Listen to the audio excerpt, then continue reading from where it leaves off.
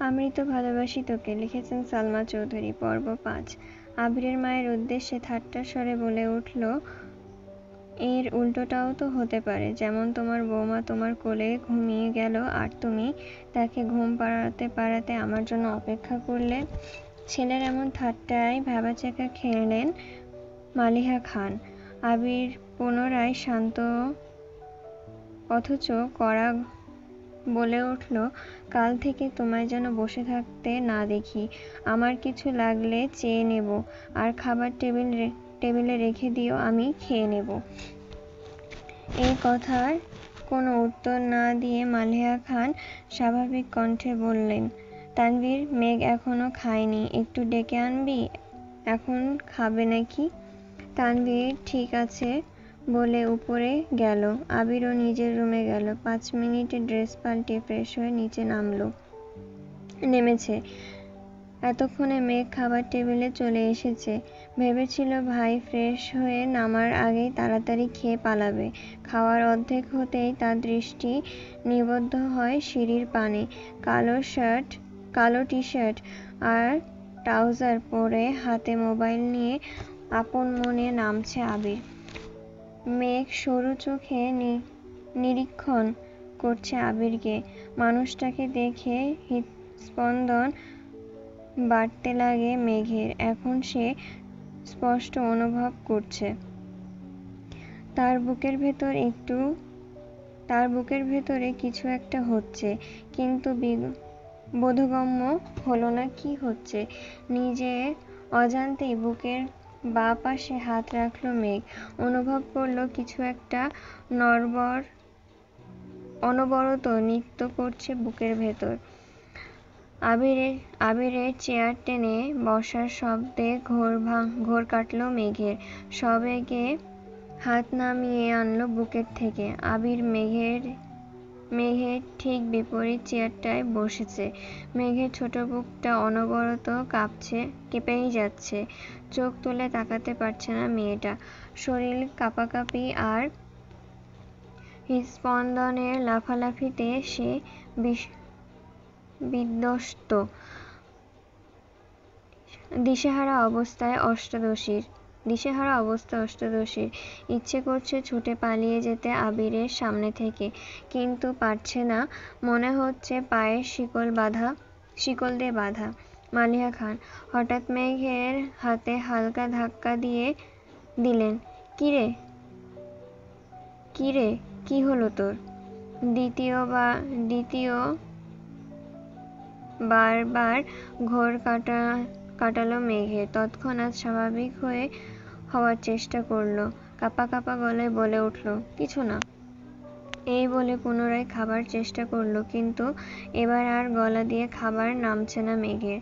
গলা শুকিয়ে কাঠ হয়ে গেছে। কাঁপা কাঁপা হাতে গ্লাস নিয়ে ঢকঢক করে অর্ধেক গ্লাস পানি নিমিষেই শেষ করে ফেলল মেঘ। আবির আপন মনে খাচ্ছে। সামনে বা আশেপাশে কি হচ্ছে এসব দেখার প্রয়োজন মনে করল না সে। এই জগতে সবকিছুই তার আগ্রহ সৃষ্টি করতে অক্ষম। আবিরের গা ছাড়া ভাব দেখে কিছুটা স্বাভাবিক হয়ে খাওয়া শুরু করে মেঘ। মাঝখানে এক পলকের জন্য তাকিয়েছিল আবিরের দিকে। কালো টি শার্টের মুখটা কত মায়াবী লাগছে। এলোমেলো চুল, খাওয়ার স্টাইল দেখে দ্বিতীয়বারের মতো ক্রাশ খেল অষ্টাদশী। কে বলতে পারে, দুদিন আগে পর্যন্ত আবিরের কোনো স্মৃতি ছিল না মেঘের মনে মস্তিষ্ক জুড়ে। হঠাৎ মনে পড়লেও শুধু ওকে মেরেছিল এই স্মৃতিটা মনে হতো, আর রাগে কটমট করত মেঘ। আর আজ বিকাল থেকেই যতবার মেঘকে দেখছে ততবার মেঘের শীর্ণবক্ষ ধড়ফড়িয়ে উঠছে। ছোটবেলায় যে ভয়টা ভাইয়ের প্রতি বোনের ছিল সেটা আজ বদলে গেছে। আবিরের দৃষ্টি তাকে বরফের ন্যায় জমিয়ে দিচ্ছে প্রতিনিয়ত। এই দৃষ্টিতে সূচালো কিংবা ধারালো অস্ত্র আছে, যা এক কিশোরীর বক্ষপিঞ্জর এফোর ওফোর করে দেওয়ার ক্ষমতা রাখে। আবিরের দিকে এক দৃষ্টিতে তাকিয়ে হাজিবাজি চিন্তা করছিল মেঘ। আবির চোখ তুলে তাকাতেই মেঘ মনোযোগ ঘুরে গেল। আবিরের তপ্ত দৃষ্টি মনে হচ্ছে ফালা ফালা করে দিচ্ছে হৃৎপিণ্ডটা। দৃষ্টি সংযত করে চিবুক নামিয়ে নিল গলায়। সহসা মুখ বিবর চুপসে গেল আমসপ্তের ন্যায়। দ্বিতীয়বার আবিরের দিকে তাকানোর স্পর্ধাটুকু হয়নি অষ্টাদশীর। এর মধ্যে মালিহা খান ছেলে আবিরের উদ্দেশ্যে বলে উঠলেন, তোর নতুন কোম্পানিটা কি না খুললে হয় না? তোর বাবার বিষয়টা ভালোভাবে নিচ্ছে না কেন? বাবাকে রাগিয়ে দিচ্ছিস? তোর বাবা তোকে অনেক ভালোবাসে। শানিত স্বরে মায়ের দিকে তাকিয়ে আবির বলা শুরু করলো, ছেলেরা সারা জীবন বাবাদের প্রিয় থাকতে পারে না। তাদের স্বপ্ন ইচ্ছাকে প্রাধান্য দিতে গেলে দূরত্ব বেড়ে যায় বাবা ছেলের। এটাই স্বাভাবিক কি না? যদি বাবার স্বপ্ন বা ইচ্ছে হাল প্রতিটা ছেলে ধরতো তাহলে পৃথিবী এত এগিয়ে যেত না। আমাকেও দেশ ছেড়ে এত বছর বাইরে পড়ে থাকতে হতো না। আব্বু নিজে এই কোম্পানি শুরু করেছিল। উনি যদি ওনার বাবার ইচ্ছেকে প্রাধান্য দিতেন তাহলে আজ এত দূর পৌঁছাতেন না। তাছাড়া আমি তো বলিনি বাবার স্বপ্ন বাদ দিয়ে আমি আমার স্বপ্নকে প্রাধান্য দিব। আমার স্বপ্ন একান্তই আমার। আমি দুদিকই সামলাবো। তুমি এসব নিয়ে অযথা চিন্তা করে নিজের শরীর খারাপ করো না। মালিহা খান নিশ্চিন্ত স্বরে বলে উঠলেন, এত চাপ আর দৌড়াদৌড়ি করে তো নিজে অসুস্থ হয়ে পড়বি বাবা। আবির গম্ভীর কণ্ঠে বলে উঠল, তোমাকে তো বললাম আমার জন্য দুশ্চিন্তা করতে হবে না। তানভীর মাঝখান থেকে বলে উঠল, ভাইয়ার জন্য চিন্তা করার মানুষ আছে বড়ম্মু। তুমি রিল্যাক্স করতে পারো। মেঘ এতক্ষণ নীরবে খেলেও এই কথা শোনা মাত্রই ছোট দেহে কম্পিত হয়ে উঠল। আতঙ্কিত হয়ে তাকালো আবিরের দিকে। আবির তৎক্ষণাৎ ঘাড় ঘুরিয়ে তাকালো তানভীরের দিকে। অমনি মুখটা চুপসে গেল তানভীরের। করুণ স্বরে বলল, সরি ভাই। পিনপতন নীরবতা খাবার টেবিলে। কেউ কোনো কথা বলছে না। মেঘের মনটাও সহসা খারাপ হয়ে গেল। তানভীর আবিরের একনিষ্ঠ ভক্ত। এক কথায় দুইজনের বেস্ট ফ্রেন্ড। আবির গুরুগম্ভীর স্বভাবের, রাগী, কথা কম বলে, কিন্তু দিন শেষে আবিরের অপ্রকাশিত আবেগগুলো তানভীরকেই শেয়ার করে এসেছে এত বছর, এমনকি এখনো। আবিরকে দেখলে আবিরের থেকেও বেশি তানভীর ভালোবাসে আবিরকে। আবির যদি বলে সারা রাত এক পায়ে দাঁড়িয়ে থাকবি, তানভীরও তাই করবে। অবশ্য করবেই না বা কেন? সেই কলেজ লাইফ থেকে রাজনীতি করার ইচ্ছা তানভীরের। পড়াশোনাতে তার বিশেষ আগ্রহ ছিল না। বড় আব্বু এবং আব্বুকে বলেছে কয়েকবার তাদের করা জবাব, রাজনীতি আমাদের পছন্দ না, এ বাড়িতে কেউ রাজনীতি করবে না। একদিন বাধ্য হয়ে ভাইকে কল করেছে তানভীর। ভালো মন্দ কথা শেষ করে তানভীর ভয়ে ভয়ে বলল, ভাই তোমার সাথে আমার একটু কথা ছিল। আবির সাবলীল ভঙ্গিতে উত্তর দিয়েছিল সেদিন, রাজনীতি করতে চাস তাই তো? তানভীর নিজের কানকে বিশ্বাস করতে পারছিল না। আবির এত স্বাভাবিকভাবে কথাটা বলছে। আবির, তুই রাজনীতি কর, সমস্যা নেই, কিন্তু কিছু বিষয় মাথায় রাখিস। বিষয়টা দেখতে যতটা সহজ ততটা সহজ না।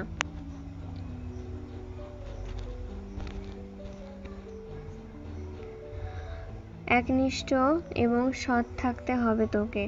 দল মত নির্বিশেষে তোকে সত্যের পথে চলতে হবে। পা চাটা স্বভাব যেন না হয়। তানভীর ভয়ে ভয়ে বলল, বড় আব্বু আর আব্বু তো রাজি হচ্ছে না। তানভীর হেসে উত্তর দিয়েছিল, এসব আমি সামলে নেব। তুই আমায় কথা দে তুই তোর জায়গায় সৎ থাকবি আর যে কোনো সমস্যা আমায় শেয়ার করবি। সেদিন খুশিতে তানভীরের চোখ টলমল করছিল। আবির সামনে থাকলে হয়তো জড়িয়ে ধরে কেঁদে দিত ছেলেটা। সেই দিনই ভাইকে কথা দিয়েছিল সে সারা জীবন সৎ থাকবে এবং একনিষ্ঠভাবে রাজনীতি করবে। এরপর থেকে রাজনীতি সম্পর্কিত যত ঝামেলা আছে, কি করা দরকার, কোনটা করলে ভালো হবে, সবই ভাইয়ের সাথে সিদ্ধান্ত নিয়েছে তানভীর। আজ সে ছাত্রলীগের সহসভাপতি। সবটুকু ক্রেডিট আবিরের। আগামী বছর মেয়র নির্বাচনের পর নতুন করে সভাপতি করা হবে। তাই তানভীর চেষ্টা করছে যেন এইবার সভাপতি হতে পারে। তানভীরের রাজনীতির জন্য বাবা চাচার সাথে আবিরের কথা কাটাকাটি সেই শুরু থেকেই। কিন্তু আবিরের এক কথা, তানভীর রাজনীতি করবে। আজ সন্ধ্যায়ও বাবা চাচার মুখের উপর বলেছিল তানভীরকে কোনো প্রকার বাধা যেন না দেওয়া হয়। তানভীরের জীবনে আবির গাছের ন্যায়, যার ছায়ায় তানভীরের অবস্থান। ভাই ছাড়া তানভীর অসহায়। খাওয়া শেষ করে তানভীর নিজের রুমে চলে গেছে। আবিরও চলে গেছে, কিন্তু বসে আছে মেঘ। সে খাবার টেবিলে সবার আগে এসেছিল। ভেবেছিল ভাইয়ের আগে খেয়ে পালাবে, কিন্তু তা আর হলো কই। আবিরের জীবনে কেউ আছে, এই কথাটাই মাথায় ঘুরপাক খাচ্ছে অষ্টাদশীর। ভাতের প্লেটে আঙুল ঘোরাচ্ছে আর ভাবছে, আমার ছোট মনটা এভাবে ভেঙে গেল। প্রেমে পড়ার আগেই ব্রেকআপ হয়ে গেল। ছি। তৎক্ষণাৎ নিজের মনকে নিজেই সান্ত্বনা দিচ্ছে, থাক, মন খারাপ করিস না, ছেলেটা ভালো না।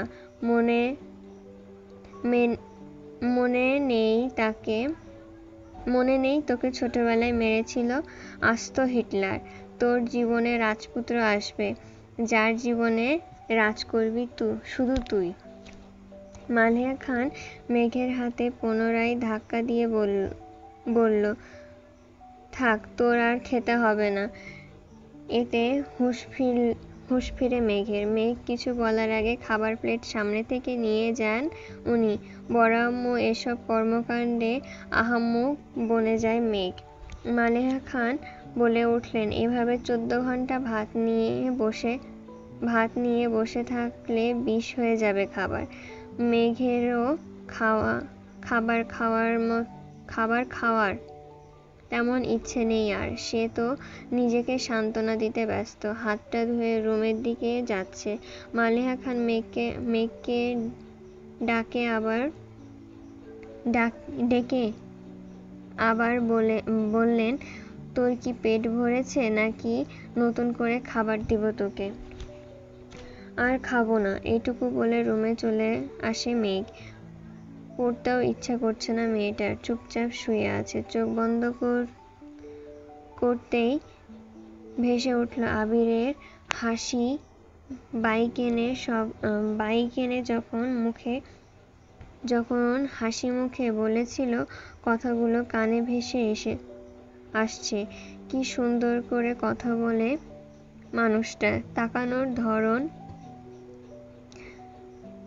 রাগলে কুঁচকে ফেলা ঘন ভ্রু দুলো সবই যেন চোখের সামনে ভাসছে মেঘের। সঙ্গে সঙ্গে চোখ খুলে ফেলল মেঘ। বুক ভেঙে আসছে কষ্টে। এই লোক আমার ভাবনায় কেন আসছে বারবার? এই লোক তো অন্য কারো। এই বলে অভিমানে ঘুমিয়ে পড়ে মেঘ। আজ শুক্রবার। সকাল থেকে বাড়িতে হইচই শুরু হয়ে গেছে। মিম, আদিব আর মেঘ দুষ্টুমি আড্ডায় মাতিয়ে তুলেছে ড্রয়িং রুম। তিন যা রান্নায় ব্যস্ত। আবির বাড়ি ফিরেছে বলে আবিরের দু মামা, দুই খালা, তাদের বাচ্চারা সবাই দেখতে আসবে। মিম আর মেঘের মামা খালাদের বাড়ি থেকেও বেড়াতে আসবে মানুষ। বেশিরভাগ মানুষই চাকরিজীবী, যার ফলে শুক্রবার ছাড়া কারোর সময় নেই। ইকবাল খান ব্যস্ত বাজার করা নিয়ে। যখন যা লাগবে উনি ছুটছেন আনার জন্য। তানভীরের সকাল থেকেই কোনো খোঁজ নেই। সকালে নাস্তা করে বেরিয়েছে, পার্টি অফিসের কাজ আছে, বিকেলে ফিরবে বলে চলে গেছে। এর জন্য মেঘ কোনো ভয় ডর নেই। আপন মনে আড্ডায় মগ্ন মেয়েটা। হঠাৎ ওপরে করিডর থেকে আবির ডাক দিল মাকে, আম্মু একটু কফি দিতে পারবে? এই বলে রুমে চলে গেল পুনরায়। উত্তর শোনার প্রয়োজন মনে করেনি সে।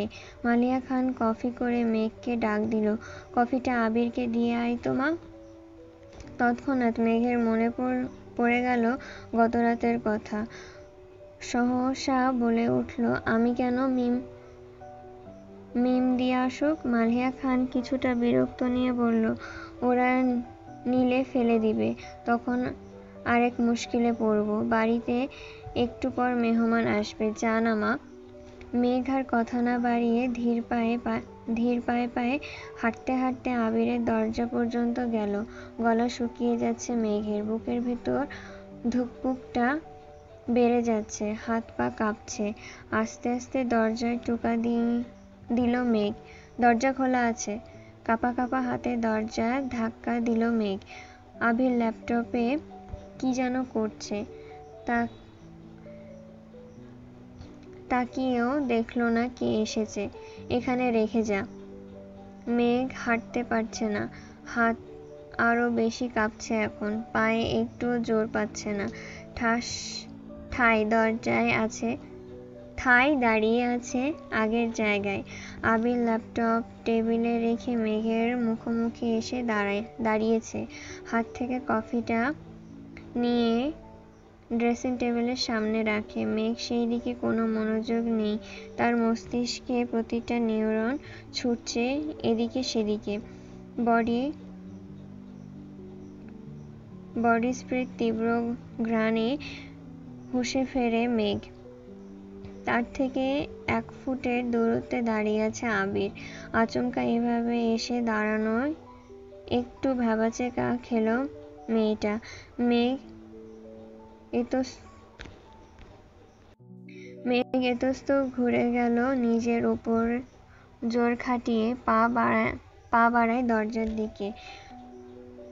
সবেগে সদূরে হস্তে মেঘের কনুই চেপে ধরল আবির। কড়া কণ্ঠে বলল, এদিকে তাকা।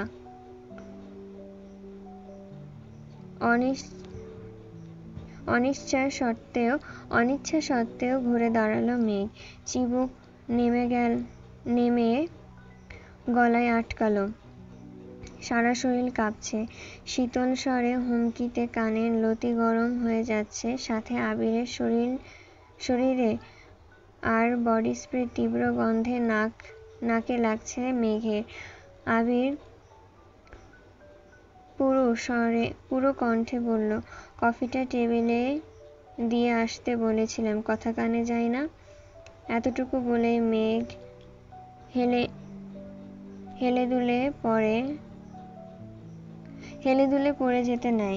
টালমাটাল মেয়েটার বাহু ধরে সোজা দাঁড় করিয়ে দিল মেঘ। জ্ঞান হারাতে হারাতে যেন হারায়নি মেঘ।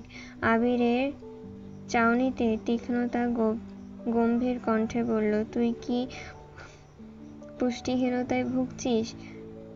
অবশ্য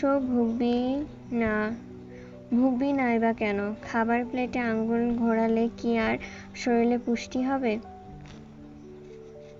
প্রথমে গম্ভীর কণ্ঠে বললেও শেষটা যেন মজার ছলেই বলল। মেঘের শরীর ঘামছে।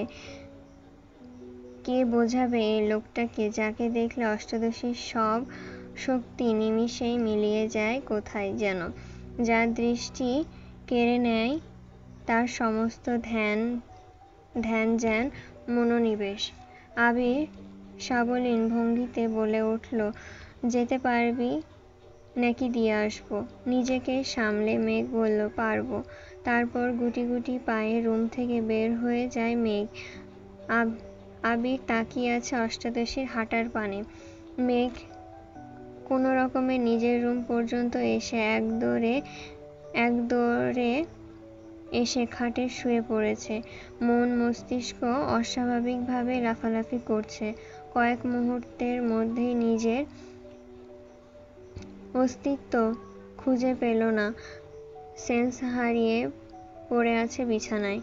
11টার পর থেকে মেহমান আসা শুরু হয়েছে। বাড়িঘর ভরে গেছে আত্মীয় স্বজনে। মিম আদিব গোসল করে সেজেগুজে গল্প করছে সবার সাথে।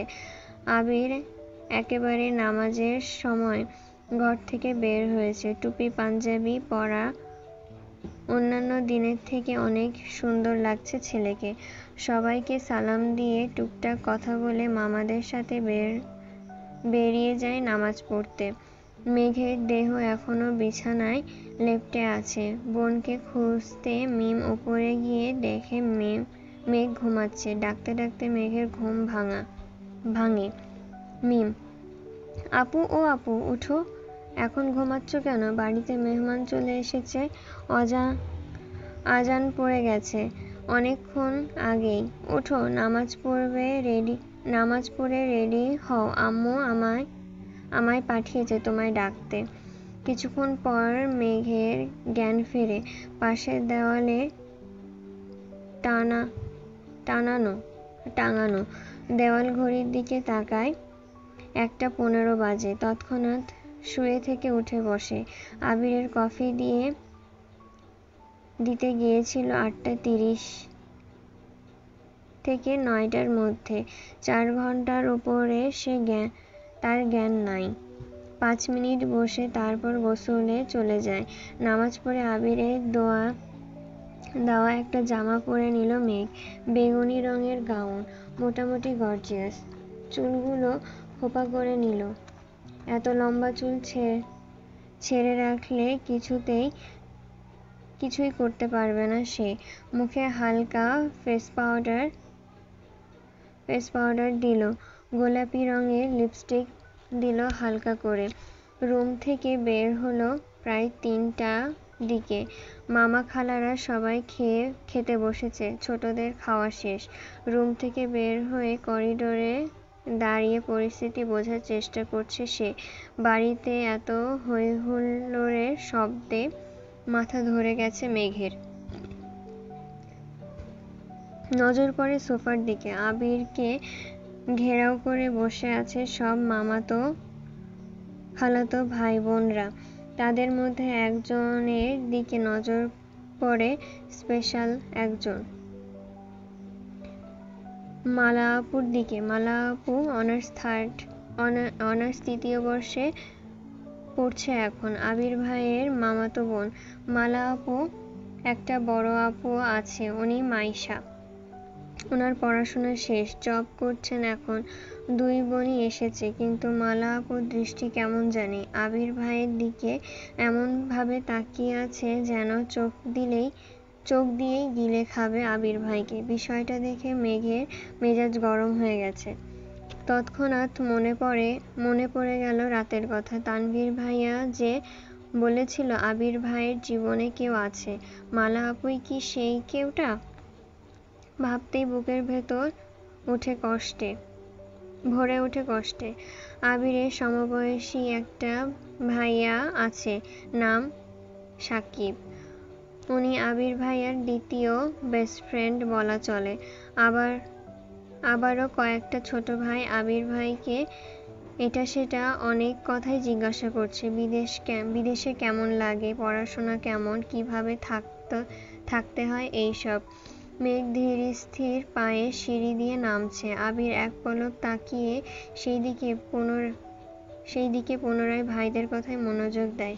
মেঘকে দেখে 2-4 জন ডাক শুরু করে, এই মেঘ, কেমন আছিস, এদিকে আয়। মিম ছুটে আসে মেঘের দিকে। আপু, তোমাকে অনেক সুন্দর লাগছে, মাশাআল্লাহ, নজর না লাগে কারো। মেঘ মুচকি হাসল। মিম মেঘকে টেনে নিয়ে সোফায় বসালো। সবার সাথে কথা বলতে বলতে হঠাৎ দৃষ্টি পড়ল আবির ভাইয়ের দিকে। ওপর থেকে সে শুধু মালা আপুর নজরটাই দিয়েছে। এখন সে আবিরকে দেখছে। নীল পাঞ্জাবি, সাদা প্যান্ট, মাথায় টুপি। কত মায়াবী লাগছে। আবিরের হাস্যোজ্জ্বল মুখটা দেখে প্রেমে পড়ে গেছে মেঘ। যত্রতত্র দৃষ্টি সরিয়ে বাকিদের সাথে কথা বলায় ব্যস্ত হলো। বড়দের খাওয়া শেষ। মেঘ উঠে সবাইকে সালাম দিয়ে খোশ গল্প করতে লাগে। খালামণিদের অনেকদিন পর দেখছে। আগে বিয়েতে গেলে টুকটাক দেখা হতো, কিন্তু তানভীরের অত্যাচারে মেয়েটা বিয়ে বাড়িতে যাওয়া ছেড়ে দিয়েছে। তাই মামি আর খালাদের সাথে দেখাই হয় না। মামা অবশ্য মাঝে মাঝে দেখা করতে আসে, এটা সেটা নিয়ে আসে। সারাদিনে ঘোরাঘুরির শেষে সবাই নিজেদের বাড়ির উদ্দেশ্যে রওনা দেয়। থাকার জন্য বলেছে সবাইকে, কিন্তু চাকরিজীবীদের কাছে বেড়ানোর মানেই কয়েক ঘন্টা। বিদায়বেলায় মালা আপুর আচরণ মাথায় রক্ত উঠে যায় মেঘের। ভালো করে বললে হয়তো বেড়াতে যাবেন, গায়ে ঢলে পড়ার কি আছে? আশ্চর্য, মালার এইরকম আচরণে আবির ভাই তৎক্ষণাৎ সরে না গেলে তো ওপরে পড়ে যেত এই মেয়ে। রাগে ফুঁসতে ফুঁসতে মেঘ নিজের রুমে চলে যায়। মেহমানদের বিদায় দিয়ে আবিরও বাইক নিয়ে বেরিয়ে পড়ে কোথায় যেন। মাঝখানে তানভীর একবার এসেছিল সবার সাথে দেখা করে আবার বেরিয়ে গেছে। পার্টি অফিসে কি নিয়ে ঝামেলা চলছে তাই বাসায় সময় হয়নি তার। মেঘ নিজের রুমে দরজা বন্ধ করে কাঁদতে লাগলো। কিন্তু কেন কাঁদছে সে নিজেও জানে না। অতিরিক্ত রাগে কান্না আসে মেয়েটার।